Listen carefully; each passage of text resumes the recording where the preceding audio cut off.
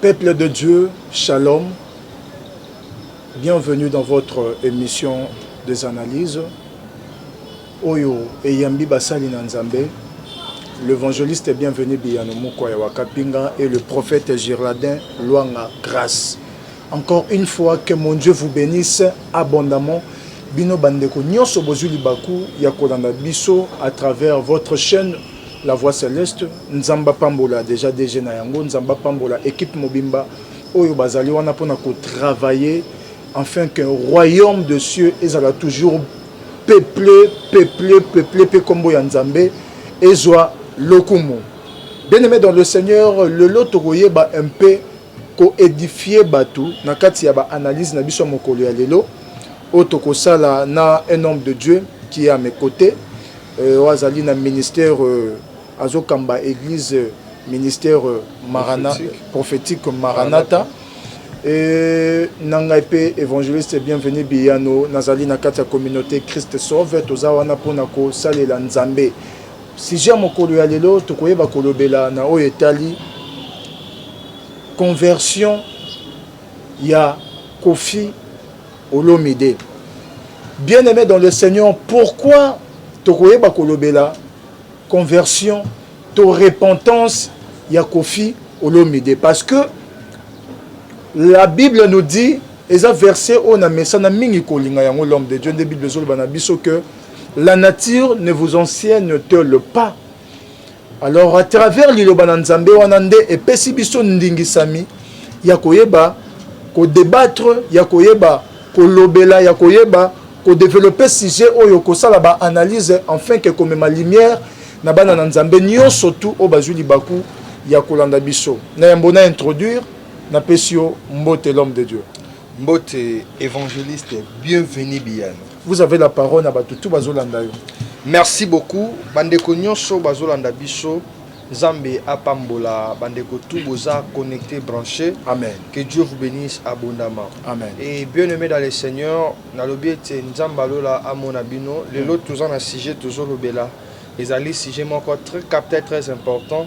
Et toujours belango pourquoi pour nous expliquer peuple de Dieu et comment mutakoki koza la convertir, comment mutakoki kobongo la mutema koya et pas à Jésus, parce que la parole de Dieu dit que non, venez à moi vous tous qui êtes fatigués, chargés, je vous donnerai du repos. Amen. Lorsque la parole de Dieu dit que non chargé, c'est que mutua n'a pas problème, ana ba mikumba. Donc comment mutua n'a pas problème, à mon que ba problème on a kokité na que ne déposer en pas nzambe. Tant on déposer c'est que il faut oser la aussi convertir, au changer vie na yo.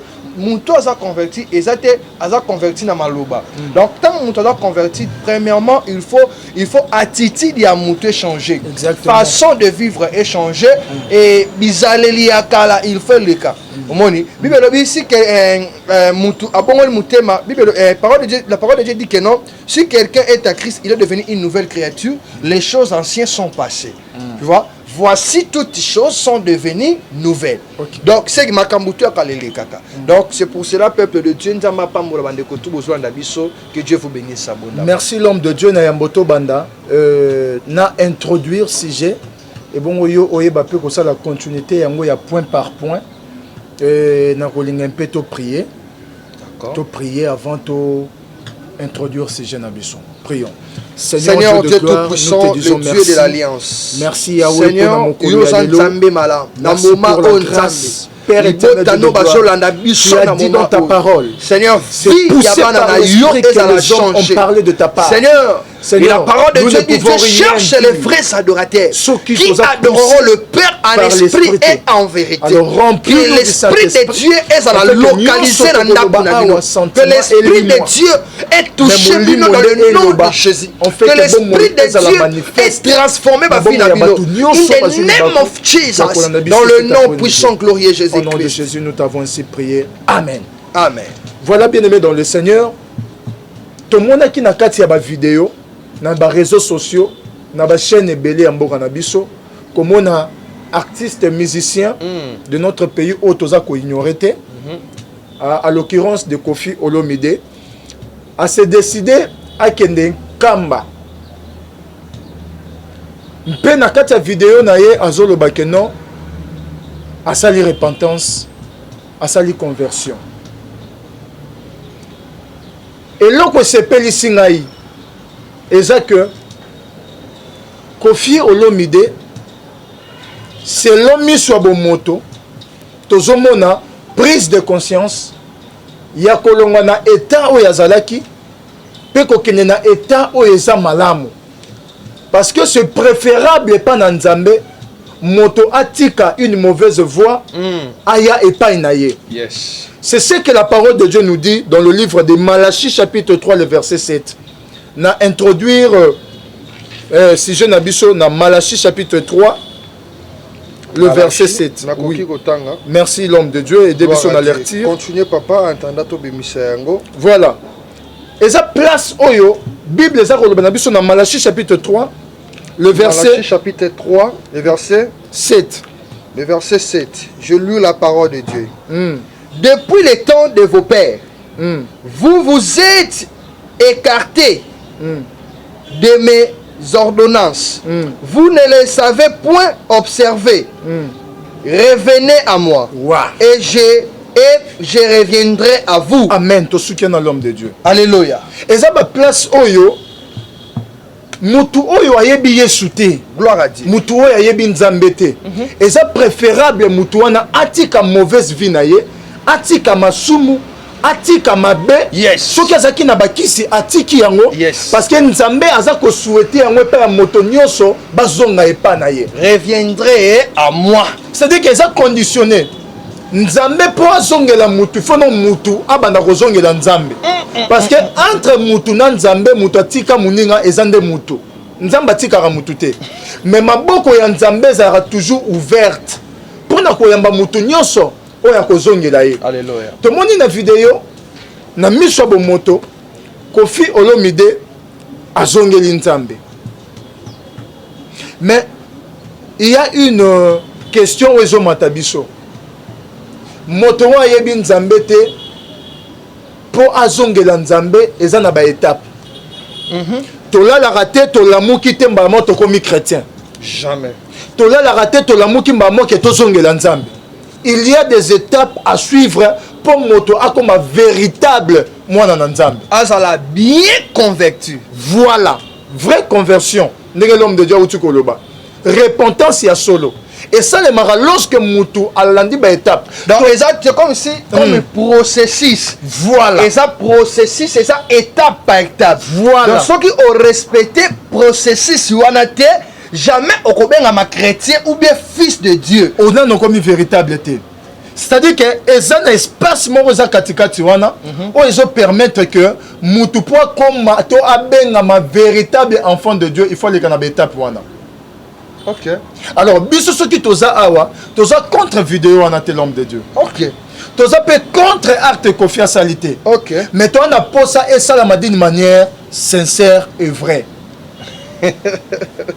Parce que lorsque Moutabon on l'a ramonté, lorsque la Bible dit revenez à moi et je reviendrai à vous, c'est-à-dire que c'est le mot Nzambe a tel ramonté maya mutu. Ok. Nzambe azotela ba arte te opposé. Ya ko kendeka nkamba. Yes. Nzambe azotela ba arte te oyo ta mususu opposé, ya ko aider to ya ko somba eloko moko boy pona église to pona bana na Nzambe. Okay. Mais Dieu voit le cœur. Azomona motema ya mutu wa yepa na ye parce que pour Nzamba comme na niveau ya ko ke je reviendrai à vous. Il faut mona état ya motema na yo vraiment se repentir sincèrement. Bien parlé papa. Église Kimbangiste au place Kofi Olomide Asongi.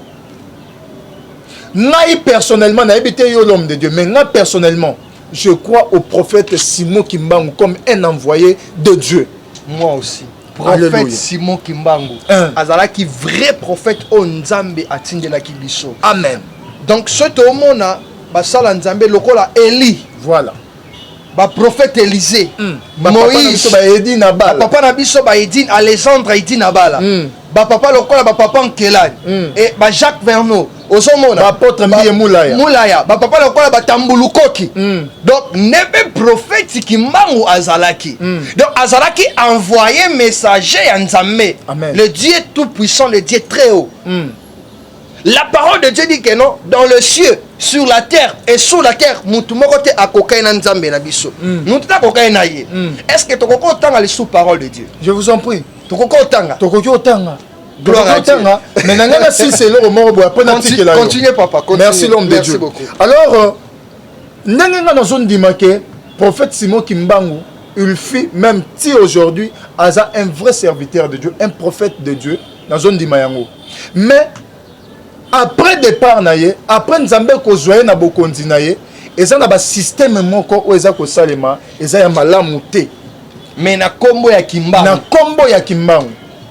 Parce que le véritable Élisée, c'est celui qui a respecté et a obtempéré chemin ya Élie. C'est ça. Le véritable Samuel, les hommes moto oyo, a tchaki en pratique oyo, Élie le sacrificateur a yebisaki. Et le véritable disciple, les hommes bateau ba marcha qui selon les traces ya Christ. So nengani muta koloba na biso que azali mwana ya Simon Kimbangu, soki akomi kosala le contraire ya makambo yo, papa na biso Simon Kimbangu asala. Alléluia, alléluia, alléluia. Et conversion ya mutu soki zo sala ma place on nzamba zate, yeba ke mutu na zaka na kati ya mabe. Mutu mo wa yembi pasteur le foko du ciel. Je n'ai jamais vu un homme qui passe de la croix et reste le même. Quelque chose doit se passer dans son cœur. C'est-à-dire que les hommes allant dans des églises, ils s'agenouillent devant un morceau de bois. Ils représentent comme la croix de Jésus, mais il y rentre toujours le pécheur. Il y rentre toujours le pécheur. Oyebi sikoyo conversion tala papa soki to bongwani tozaki na bakisi bon ngalingi tant to simbi mambo il faut du ciel na lingi nanu to simba nanu message oyo to verset oyo et ça vraiment important. Lévitique chapitre 19. Je crois nga pe na tangela ngai papa. Lévitique chapitre 19 le verset 4. Lévitique chapitre 19 le verset 4. Lévitique chapitre 19 le verset 4. Je lis au nom de Jésus. Amen. Vous ne vous tournerez point vers les idoles. Vous ne vous ferez point de dieux de fonte. Vous ne vous tournerez point vers les idoles.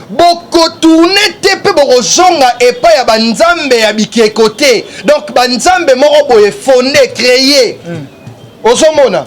Pe boko gumba mela banzambe ya mokili ote ozomona soki mutu ami komi nzambe mais na kombo ya prophète envoyé messager ya nzambe prophète Kimbangu mais ami komi nzambe bato bafuka melaka ye eza bato misu balalaka na kamba libumu na che alali aolalela nzambe te créateur te mais aolela nde pasteur na bango do mokambi na bango akimbangiste eza déjà idolâtrie. Et ça déjà idolâtrie. Surtout le Dieu jaloux. Le Dieu jaloux. Alors 2 Chroniques chapitre 7 le verset 14. Ok. 2 Chroniques chapitre 7 le verset 14 l'homme de Dieu. 2 Chroniques. Je lis la parole de Dieu. Amen. Si mon peuple, c'est lui qui porte mon nom, c'est lui. Ami qui est ici. Prie et me chercher. Et s'il renonce à ses mauvaises voies, ce qui a kotubela mabe na ye makambu na ye Bible lobi je l'écouterai du haut du ciel. Alléluia. Je lui pardonnerai son péché et je guérirai son pays. Mutoyo aye kotubela sincèrement nzambe abikisaka ye pe asovara pays na ye. Mutuloko la Kofi Olomide oyo esalemaki na kamba ezali vrai nakoba neni eza yango bezio bien moni nakobimisa donc à se convertir parce que le bac le monde est important pour mutu abongola mutu mais ça na ba processus c'est un procédure. Il faut qu'on enseigne mutu qu'on lakisa mutu mutu faut les kana état aller kana ba fermissement aller kana baptême na baptême après baptême il faut aller kana nzambe a baptisé du Saint-Esprit après ça quand on a baptisé du Saint-Esprit on a baptisé du feu parce que dans la 3 procédures à baptême baptême d'eau, baptême du Saint-Esprit, baptême du feu.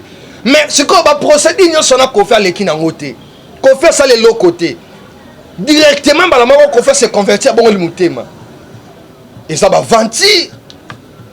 Ça, ce sont des aventures. Bah, ça, quand on était l'homme de Dieu. Notre Dieu, c'est un Dieu jaloux. Selon la parole de Dieu aussi. Azon Zambo, akabolaka gloire na ina mutute. Alors, ma kambo, ça peut se passer na kamba, et l'engo bani. Donc, il y a des bata qui mbangiste, to mo kambia qui mbangiste, azo kabola gloire, yé na nzambe. Tandis que nzamba lobi akabola ka gloire na yé, na mutute l'homme de Dieu. Jamais nzamba kabola gloire na yé na mutu. Akabola kate. Nzamba kabola gloire na mutute. Alléluia. 1 Jean chapitre 1 verset 9.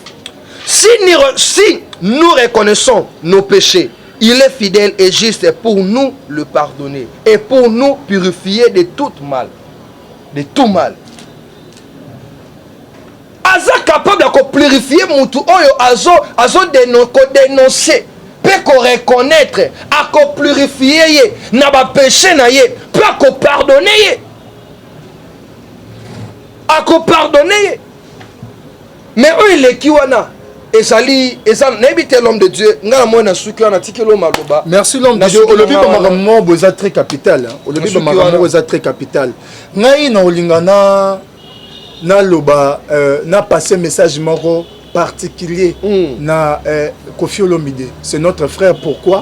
Aza ekela mu ya Nzambe. Toti kaka ko sala ba séparation ya makambo. Nzambe asalaka grâce na mutu alingi, asalaka miséricorde na mutu alingi. Ndenge nga naza ekela mwa Nzambe, ndenge Kofi pe Olomide aza ekela mwa Nzambe. Mais mutu na mutu asala choix ya ndela na ye esengeli apona. Mais choix ya Nzambe ezalaka biso nyonso tozala ya Nzambe. Biso nyonso tozongela Nzambe, biso nyonso tobenga mabana na Nzambe. Parce que kuna na bokonza tata na biso prophète Gilardin. Place eza ya mutu nyonso. Alors de tout ndenge toté ya liloba na Nzambe, papa okoki ko benga mamusali na Nzambe te soki ba pécheur bazate. Parce que lorsque Nzambe akutanaki na Pierre, alors baki ke akuti Pierre aza pécheur ya bambisi. Mais Nzambe yebisi Pierre que na kolongola yo pécheur ya bambisi, na kosala yo pécheur ya bato. Pourquoi Nzambe ezaki Pierre qui a osala Pierre pécheur ya bato? Parce que ayebaki place ozo tinda Pierre eza na bato esengeli balobama po bakota na bokonzi ya Nzambe. Soki bato mabe bazaki te na mokilo prophète Gilardin ba apôtre baninga bayate. Alléluia. Soki bato mabe bazaki na mokilo te ba prophète baninga bayate, ba évangéliste baninga bayate. Yango moni eza musala oyo Jean-Baptiste abandaki kosala dans le désert. Il criait dans le désert, répentez-vous, car les royaumes des cieux aplanissez vos chemins. Parce que moi, na Nzambe azosanini, azoya. C'est-à-dire qu'il faut préparer batu. Il y a un ensemble de le lot évangile tozanango, musala Nzambe pesi biso, et ça pour ba Fali baza, ba Kofi baza, ba Innocent baza, ba Fabregas baza. Vous comprenez? Batu belé bazali. Yango tosa musala oyo. Biso so toza awa, na pesa pe exemple mususu nde wona ngai. Mutu na mutu azongela Nzambe na ba façon ebele. Voix ezara moko, voix ya repentance. Biso tout obenga mito se repentir.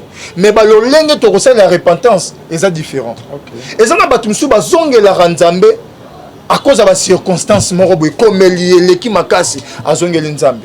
Moi je dirais personnellement na Kofi Olomide par rapport à makambu tout et comme le Nathan oyo. Toyebi ba makambu s'est passé là-bas en Europe. Ba kizaki tout ça à cause de l'okwana Kofi akoki ko kende ko purger na kati ya prison. Tom sous carrière mais baby tom sous vie na baby kuna. Alors eloko est commis. O batu baza ko accuser que asabiza na batu azalaki moto moko ya ba acte moko violent et pas fait à la femme tout ça. Non, c'est le moment. Tom sous batu ni sous ba benga maté ba se repentir ka pour na évangile. bato musu ba se repenta to musu ka pour na problème mo ekomeli ba circonstance nzamba permettre yango pamba te a permettre yango pour vraiment o se repentir sincèrement o zongela ye parce que o mato ki ta papa biso ne to benga bango bandoki mais nzamba linga ba kofi na nzamba linga bango makasi nzamba linga biso tu biso nzamba yebi biso mais papa na na biso le moko ndenge nzamba lingela biso na ndenge nzamba lingela ba kofi na ba fali na ba tona to mona mabe ya ndenge mote peut-être nzamba linga ba makasi peut-être nzamba linga bango makasi ko leka biso parce qu'on a besoin na bango. Gloire à Dieu. Baye pa na ye. O moni hein, et c'est le roi on appelle cet exemple le roi Mwasi. Mwasi oyo olinga na mwasi ozo linga sika. Ata oya kala bosana 10 ans. Bolingo oyo repesa na oya sika ezate na oya kala. Parce que oya sika o bana o memele système les corbeaux et les renards. Oko flatter na maloba et en plus la relation sigapé ezala romona premier rendez-vous des fois ya kalobi misage li sauté momona mama tika na ndaku mais aussi ya sika restaurant Pullman Rotana quelque part aux monde donc c'est un peu ça donc la parole on a dit le bapé on a souki c'est ça que nzambe lokola za na posa na bango olinga bango makasi olinga bango makasi nzamba za pena afandi pena bo ana posa te na perdre mutu tel ana posa na bango racheter les temps car les jours sont mauvais. Alors yango siko na ye pena na lo ba pena na ndeko na biso Kofi à cause de circonstances a profité a zongela nzambe à ça la repentance moko sincère au moment le sali pe biso un mot ba passe un mot zape ba conduite à l'église des réveils. OK. Parce que ndenge nini biso to prétendre toza na véritable nzambe to priera véritable Dieu toza ba serviteur ya solo mais Kofi atiki biso accueilli et pas bato to ba ke ba na nzambe te pourquoi valeur ya bonzambe ba pasteur bango moko ba na ba faiblesse c'est ça biso tout ba na légèreté. OK pas au monde atom suna musika Kofi bando considérer homme de Dieu. Au pousse ni pembe na Kofi bo bano beta masola basi masola whisky masola ba vin masola boîte de nuit masola lenge mais kuna bango tuna biso to arandenge moko tika kena nga kuna mais oui il faut tout le baba maramso c'est ça parce que nzamba ben yeso bengi biso vous êtes le sel du monde mungwa bo pesa pimbo bo pesa guna mokili so lelo église de réveil guni to pesa na bato ba yebi nzambe te ba epanda entre nous to biso na biso to swana entre ba pasteur kofingana critique pasteur au côté so benga pasteur au kombo kingani pasteur so benga pasteur au kombo kingani est-ce que ça bien et ça bien ba biloko bon pe ki ta ba kondima ya bato ba yebi nzambe te so na kosi yote papa bato ba olanda biso ba bate ba koki ko contredire te ezan bato belé ba komi bazana baza sous na baza loko ba neni baza sous na conviction te to poser ko benga basala nzambe lisu te au mona ba obana ba Europe na ba Amérique na ba continent mususu na ba pays mususu ba olanda biso oyo kanga kende so église te mususu nga kutu ba pasteur boye parce que ba témoignage ya mabele ke belé ba pasteur ebelé lelo oyo tozo telemela bato mususu ba osala mais biso mo ba pasteur to osala yango komela ba masanga kobimana basa bandumba kobimana basa batu kofingana kotela bato ba poison koboma pasteur a déjà tangisa makila mutu et atuvango normal bazé belé na mboka na biso pasteur un pasteur aboma déjà mutu mais atera bato termina cher yango zo mona bato belé ba kokufa likwa ba cher pour bango ba kanisa ke na kufi succès na scène parce que na ndako teya na bandako sa musala nzambe mo azimo lima nzamba ro frapper voilà papa bienvenue c'est pas la tangana frapper yo ou bien président Fatia frapper yo mais frappe nzambe te parce que Fatia ko frapper yo okufi liloba mo matinga mutema premier oyebi bato basumukaka na liloba na nzambe nga kamwa c'est-à-dire que bien aimé dans le Seigneur sumuka na yo antérieur ya liloba na nzambe po liloba na nzambe eya ko récupérer yo mais soki ozosumuka na liloba na nzambe nini erécupérer yo elo te yango fimbu ya mutu ya mokili eza préférable nakondima nanga mpe babetinga fimbu ya mutu ya mokili bakondane yo ba juger yo ba loba n'importe quoi na kombo na yo mais pour la gloire en Nzambe. Amen. Lelo tozo bazo finga biso pour la gloire en Nzambe te. Car les ala qui au moins ba finga ba pasteur parce que ba otala keno muto Nzambe bazo utiliser ye. Mbato mabe bazo kankito na kati na bango. Ah faux pasteur, faux prophète. Ozolanda mais et pas Nzambe gloire eza ko s'éclater. Ozomona mais si ko lelo tokomi ko finga ma pour la gloire en Nzambe te. Mais pour la gloire à mokili. Pour la voiture, pour la bilamba, pour le succès, pour la bashi, pour la vie à mokili. Tandis que la parole de Dieu dit que non, ne met pas le monde, ni les choses qui sont dans le monde. Si quelqu'un aime le monde, l'amour du Père n'est point à lui. L'homme de Dieu évangéliste. Tozo kende wapi. En plus, toza ko retarder ko repentance ya bato belé. Biso basali na Nzambe. Ya église de réveil. Bazana na ba vie ya mabe. Na vie ya débauche ba vie moko ya masanga vie moko ya kindumba ba vie moko ya mabe ba na besoin bongo la mitema mais ba te pasteur ni na kolandela nga na ba prière envie on a pesali se repentir mais siko aye ba comportement batali église batali réputation batali témoignage batali ba makambu ba tozo salaka même na ba réseaux sociaux envie on eza wapi na mona bato belé ba na zongi na nga islam na yoka taba mako ba passer ba osala na zongi na catholique c'est à dire que Nzambe mambo lobeza solo nga na mona mama boye na ndoko côté na église na bandali na kebo to sala suivi na pasteur amkole ki ça pasteur wana aza papa azaki père wana ko encadrer maman to kebo maman na bi ah papa nga na ya lisute nga na zongi na catholique kuna ba ventire le kifa ngamo na vana bi kia mbadi donc bato balungwa ki ba catholique bato bakima ba islam bato bakima bakimbangiste ba ya na réveil le même personne wana ba zongi na bango liso ba religion na bango parce que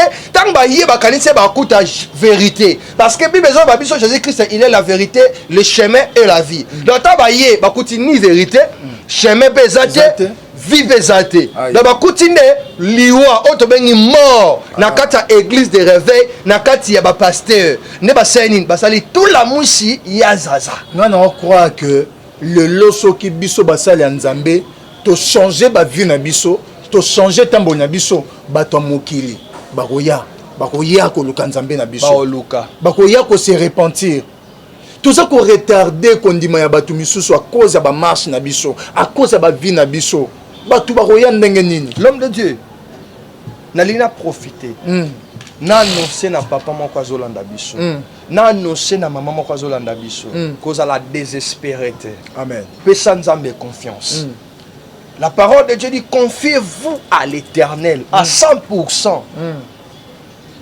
Confiez-vous à l'Éternel votre Dieu le créateur de l'univers Jésus-Christ de Nazareth mais nanzela basali na ye au mona réussite amen tikete Nzambe ya lola a touché cœur na yo que osa la convertir à 100% oya vers Jésus-Christ yo zana vina na mokili yo ozo mona oza na choité nana koko lande na ba prière nana koki ko prier pona yo toza na équipe mobimba ya intercession auto prier ka pona bato entre ngana l'homme de Dieu parce que l'homme de Dieu azana dans le ministère, na ye place baso travailler na père spirituel na ye, non aussi nazo diriger église tant que visionnaire église mission prophétique Maranatha. Mais surtout dans la quatre mission o tozali pour na ka poto soutenir libota membre na ba prière. Tozawana pour na kosunga yo na ba prière pour vivre ça la changer. Délivrance c'est quand on a kuna yo. Délivrance c'est quand on a vie na yo. Délivrance c'est quand on a misa na yo. Makambu no efungwama. Tozo silisa année, ça la bilan. Depuis Tobandaki janvier 2021, si tu as commis en novembre, le 4 novembre, Nino est marché déjà dans la vie. Nino déjà progressé dans la vie. Écoutez bien dans le Seigneur. Je parle comme un prophète de Dieu. Amen. Je parle comme un sacerdote. Je parle comme un serviteur de Dieu que Dieu a mandaté ce soir Je déclare et décrète in the name of Jesus. Le Dieu d'évangéliste est bienvenu Biyano. Le Dieu des prophètes et grâce Luanga a localisé Ndakunayo, a localisé famille Nayo, a localisé Misala Nayo, a localisé compte bancaire Nayo, a localisé ma projet Nayo. La parole de Dieu dit, je connais des projets que j'ai formés sur vous. Dit l'Éternel, projet de paix et non de malheur. Et a accompli pour au moins la récite dans le nom de Jésus. Merci l'homme de Dieu. Amen. Wana Ezaki, je crois, Lilobanayo. Donc, on a clôturé. Ça m'a pas mon la bande de cognon surtout. Et numéro s'affichait toujours dans la bande d'écran. Numéro à prophète Luangeza. Numéro aussi à évangéliste Esapewana.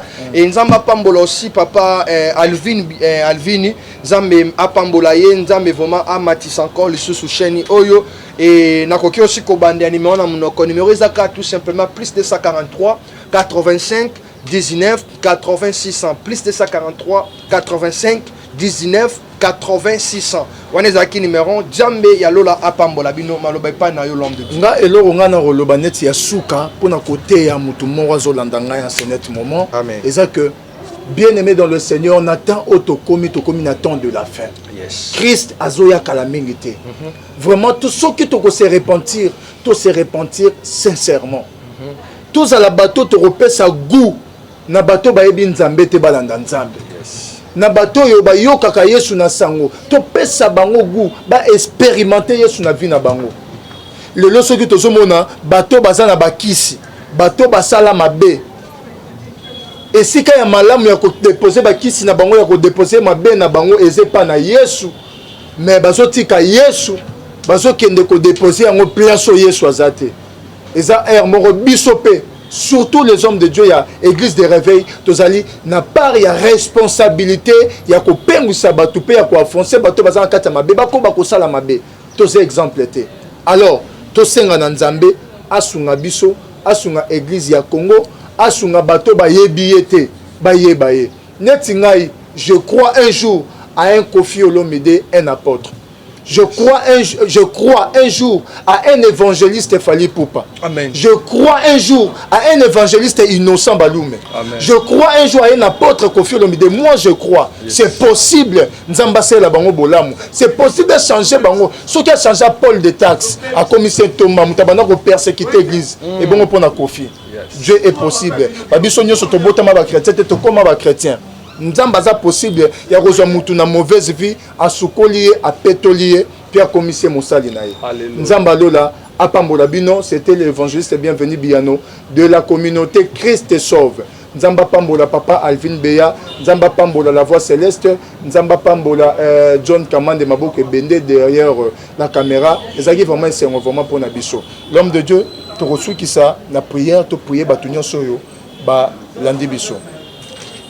Seigneur Dieu de gloire, yo bandarana Dieu tout puissant, merci pour te bander na Dieu tout puissant, Alpha et Omega, Seigneur bandeko nyonso, le premier, le dernier, le commencement, la fin. Pambola, Emmanuel, Dieu parmi les hommes, dans le nom puissant de Jésus-Christ. Ça la béni. Yahweh ba onyo so baza toucher, ça la transformer. Yamba bango, Kutana bango, santi sapetola, makambo na bafongwama. Dans le nom de Jésus-Christ. Et Salima. Nous t'avons ainsi prié. Amen. Amen. L'homme de Dieu, merci d'être là. Merci, maman. Ok. Bye.